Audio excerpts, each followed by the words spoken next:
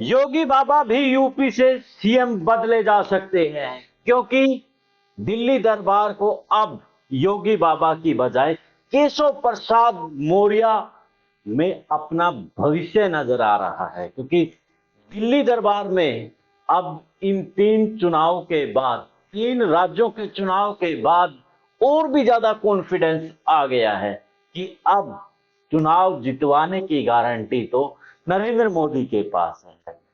पहले से ही खटके योगी बाबा के लिए अब रास्ता और भी साफ होता नजर आ रहा है। तभी तो दिल्ली के दरबार में केशव प्रसाद मौर्य नजर आ रहे हैं।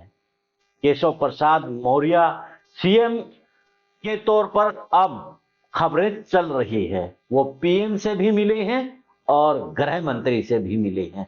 केशव प्रसाद मौर्य और योगी आदित्यनाथ के बीच में जो विवाद चला हुआ था वो आप सब देख चुके हैं। उस पर हमने भी विश्लेषण बनाया है कि किस प्रकार से अयोध्या उत्सव में भी केशव प्रसाद मौर्य नहीं जाते हैं।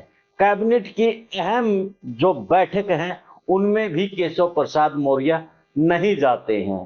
केशव प्रसाद मौर्य के पास वो अधिकारी आते हैं जो कि योगी के राइट हैंड माने जाते हैं। तो समझना सीधा यही है, समझा यही जा सकता है कि दिल्ली दरबार से खेल रचा जा रहा है।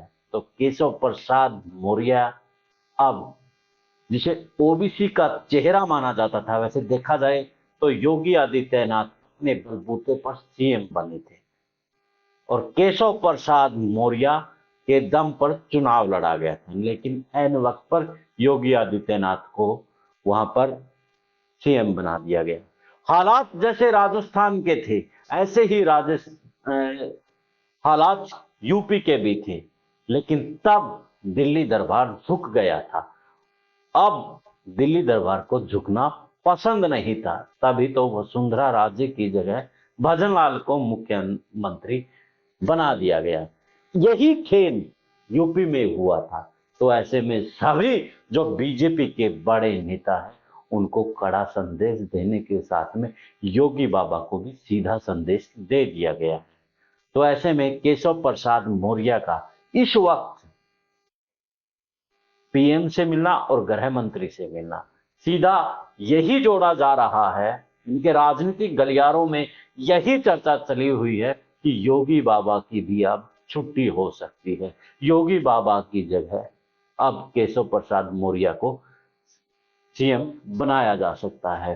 केशव प्रसाद मौर्य अपने एक्स ट्विटर पर लिख रहे हैं, आज महिला सशक्तिकरण का प्रतीक नए संसद भवन में गरीब, पिछड़ों, महिला, आदिवासी और वंचितों के विकास की मुख्य धारा में जोड़ने में अहम भूमिका निभाने वाले विश्व के सबसे लोकप्रिय व शक्तिशाली नेता यशस्वी प्रधानमंत्री आदरणीय नरेंद्र मोदी से आत्मीय भेंट की और गमछा पहना करके उनका स्वागत करते हुए केशव प्रसाद मौर्य नजर आ रही हैं, गुलदस्ता देते हुए नजर आ रही हैं। तो उससे एक घंटा पहले तो केशव प्रसाद मौर्य आज पीएम से भी मिले हैं और गृह मंत्री से, यानी कि एक घंटा पहले अमित शाह से मिले हैं। और केशव प्रसाद मौर्य लिखते हैं, आज दिल्ली स्थित नई संसद भवन में माननीय गृह मंत्री, भारतीय राजनीति के चाणक्य आदरणीय श्री अमित शाह जी से आत्मीय भेंट कर प्रधानमंत्री श्री नरेंद्र मोदी जी की गारंटी पर जनता के आशीर्वाद से 3 राज्यों के भाजपा की प्रचंड जीत की बधाई दी और आगामी लोकसभा 2024 में यूपी की 80 लोकसभा सीटों पर जीत दर्ज करने के संबंधित विषयों पर आशीर्वाद और मार्गदर्शन प्राप्त किया है। तो केशव प्रसाद मौर्य का मिलना ये कोई इत्तेफाक नहीं है और ना ही ये स्पेशल जो जीत का के लिए मिलना है। यानी कि जिस प्रकार से राहुल गांधी ने ओबीसी को लेकर के मुहिम चलाई थी, उस मुहिम को तोड़ने के लिए ओबीसी मुख्यमंत्री बनाए जा रहे हैं। यानी कि यहाँ एक तीर से दो निशाने किए जा रहे हैं। पिछले दिनों जैसे हमने भी बताया था, जो राजनीतिक गलियारों में खबरें चली थी कि अमित शाह नंबर 2 की पोजीशन पर है नरेंद्र मोदी के बाद, लेकिन अब नंबर 2 की पोजीशन पर योगी बाबा जा रहे हैं। तो ऐसे में अब अमित शाह थोड़ा चाहेंगे कि नंबर 2 की पोजीशन पर योगी बाबा आए, अमित शाह मेहनत करे और योगी बाबा नंबर 2 पर आए।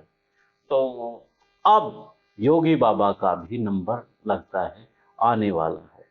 शिवराज चौहान, रमन सिंह और वसुंधरा राजे, अब चौथा नंबर कहीं योगी बाबा का तो नहीं है।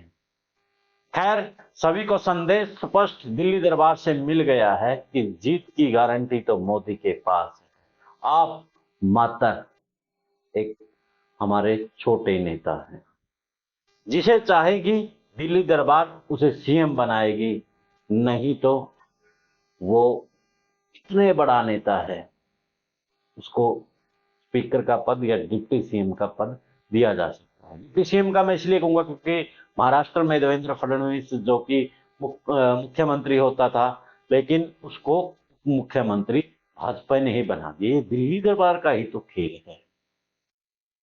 खैर, जिस प्रकार से अब देश की राजनीति चली है और जो भाजपा के समर्थक हैं, वो कार्यकर्ता है, वो यही कहते नजर आ रहे हैं कि छोटे कार्यकर्ताओं को जगह दी जा रही है, लेकिन वो भूल गई हैं कि यशवंत सिन्हा, लाल कृष्ण आडवाणी, मुरली मनोहर जोशी, उमा भारती, तमाम ऐसे, शत्रुघ्न सिन्हा बड़े नेता हैं जिन्होंने इस पार्टी को खड़ा किया था, उनको एक बार साइड में करके और छोटे कार्यकर्ताओं को आगे बढ़ाया था।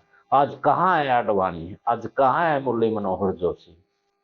तो समझा जा सकता है वो 2014 के मार्गदर्शन साइड में करने का एक वो था, और आज शिवराज सिंह चौहान, वसुंधरा राजे और बड़े नेता हैं, उनको आडवाणी, मुरली मनोहर जोशी और उमा भारती बना दिया गया है।